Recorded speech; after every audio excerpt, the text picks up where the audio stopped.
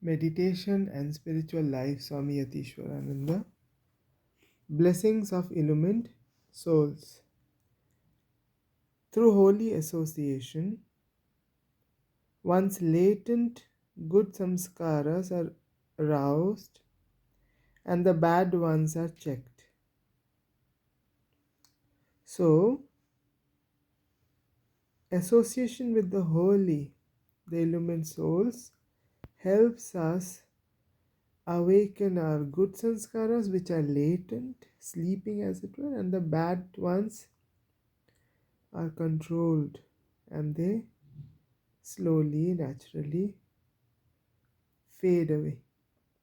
In the Bhagavatam, Srimad Bhagavatam, where the life stories of our Sri Krishna is there, in that there is this famous statement: holy sages are the greatest purifiers. Holy waters, etc., take a long time to purify the soul, but contact with a holy man frees one from impurity in no time. And these holy men make the holy places holy, for they carry the divine being in their hearts. It is said in the Bhagavatam again that the gopis of Vrindavan were at first ignorant of Sri Krishna's divine nature. They felt attracted by his physical beauty and longed to have him as their sweetheart, but contact with the divine cowherd brought about a great transformation in them. They shed their carnality and came to cherish only pure love of Sri Krishna, and in due course, by his grace, they attained spiritual illumination. Again, Srimad Bhagavatam is mentioned in the 11th canto.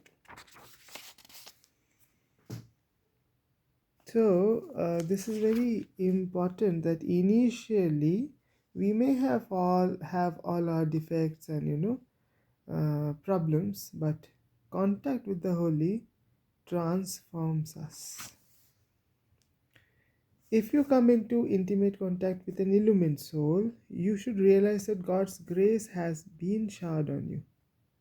So, Mahapurusha Sanshaya, it is contact with the illumined souls, it is considered as the grace of God.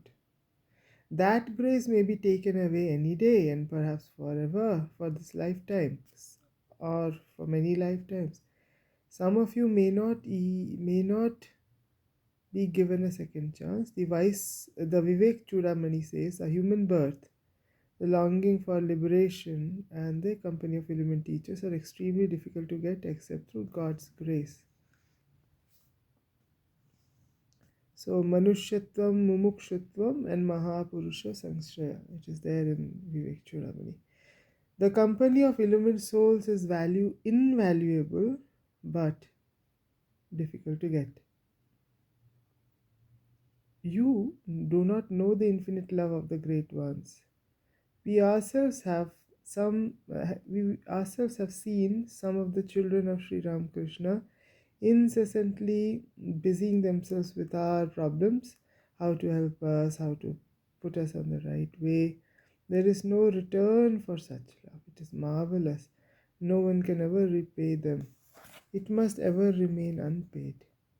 Only this is love that knows no bargaining, that asks nothing for itself, that only gives and gives, never takes.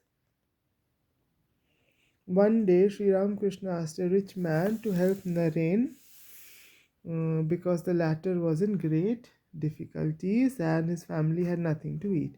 Naren became cross and asked his guru, "Why do you talk about my personal affairs to others?" Sri Ramakrishna replied, "My boy, do you not see that for your sake, for your sake, I would even go begging from door to door. This is genuine love, and this we ourselves have seen many times during our sadhana in all the Master's children. Blessed is His love. There is an infinite difference between such love and ordinary worldly relationships, which we call love, but which in reality is only self seeking in some form or other. Real love is quite different. You can never understand it unless you come in contact with living souls.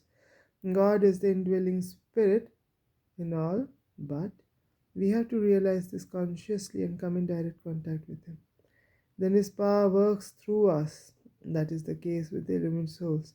They can exert tremendous influence on others, something which ordinary people cannot do.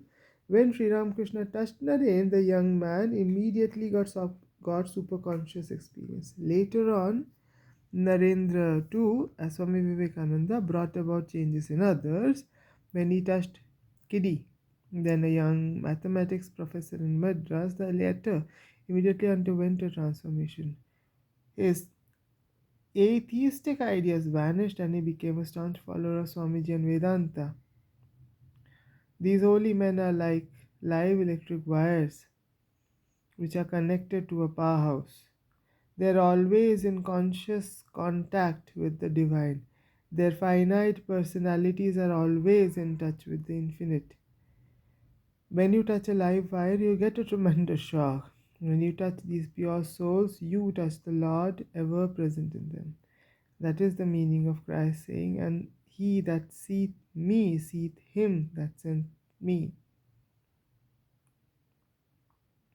The infinite, for its manifestation, has made a channel, as it were, through the mind and the body of the holy men. Whoever comes in touch with a holy man and is able to receive what he gives comes in touch with the infinite also.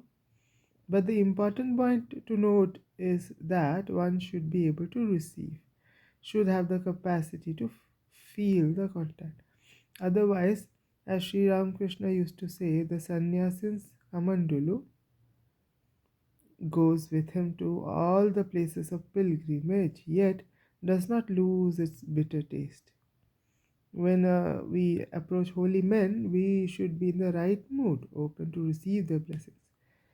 God may grant us the company of holy men, but if we are not open, then not ready to receive, nothing will happen to us. You must learn to make use of the company of holy people. You must know how to derive benefit from such contact. If you place perfect trust in a holy man and leave all your problems to him, he will do what is necessary for you.